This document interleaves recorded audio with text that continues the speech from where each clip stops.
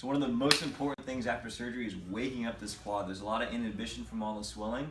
Priority number one is trying to get that brain-body connection and trying to find where your quad is again and being able to activate it like your other side. There's a lot of different cues and ways that we can do this. So step one, you're gonna get a pillow or a towel and just roll it up under your knee. This is gonna help us form a little lever for getting our quad activated. First, really think about squeezing this muscle. You can put your hand on it, you can squeeze it. That's one thing. Cue number two, your patella is your kneecap. Think about bringing your kneecap up. You want to think about pulling it towards you into your hip. The third cue is you want to also think about pushing your knee down into the table. By pushing your knee down into the table, we're getting this quad to activate a little bit.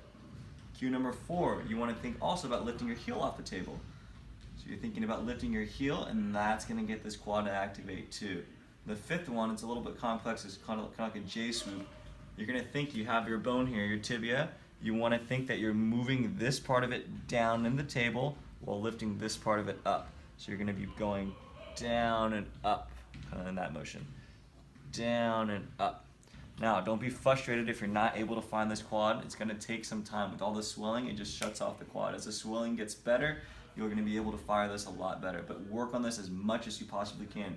Thinking about turning on your quad, squeezing, pushing the knee down, heel up, little swoop, hold, hold, hold, and relax. Also try doing it on the other side at the same time. That really helps if you squeeze both. So if you put a pillow under both, you're staring intently at it, looking at it, squeeze both at the same time. It'll actually help you try to get this one activated.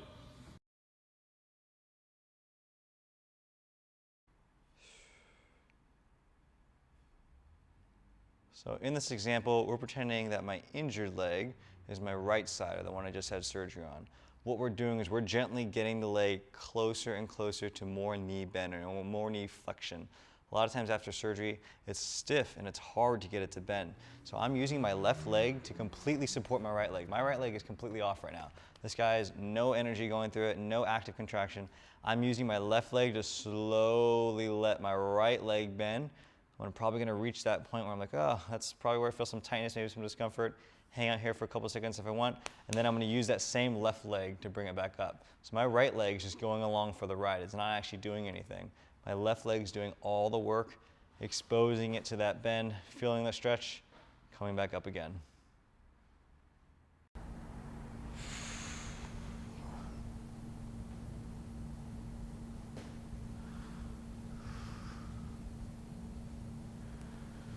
In the straight leg raise, the most important thing first is that you do a quad set. What that is a full contraction of your quad, squeezing your quadricep muscle in front.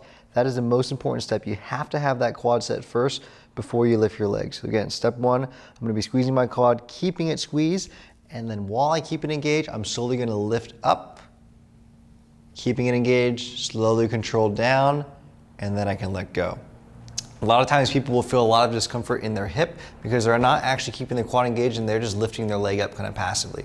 So again, you got to squeeze your quad here first, keep it engaged, then lift, and then slowly relax.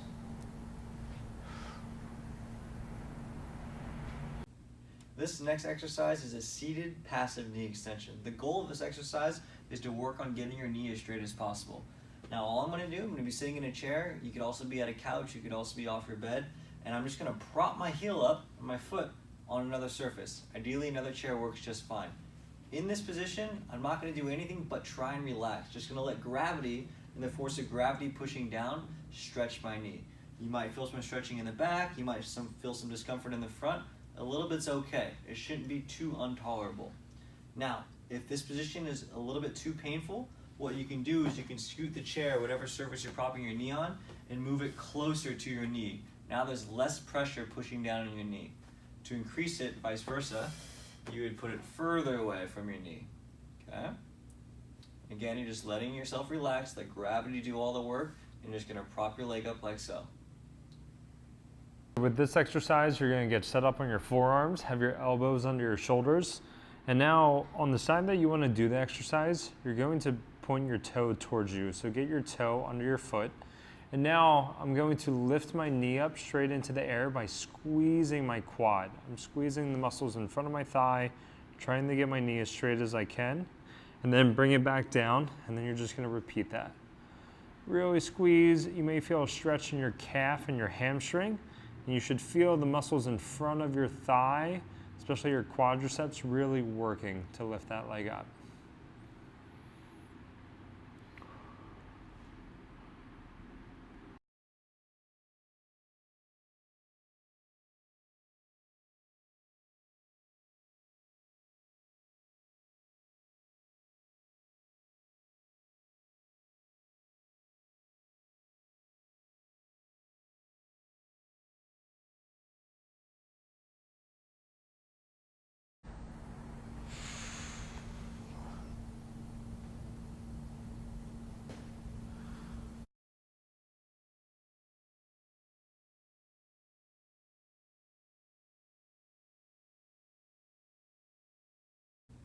This next exercise is a seated passive knee extension. The goal of this exercise is to work on getting your knee as straight as possible.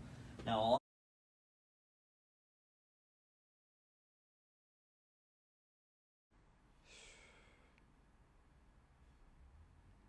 so in this example, we're pretending that my injured leg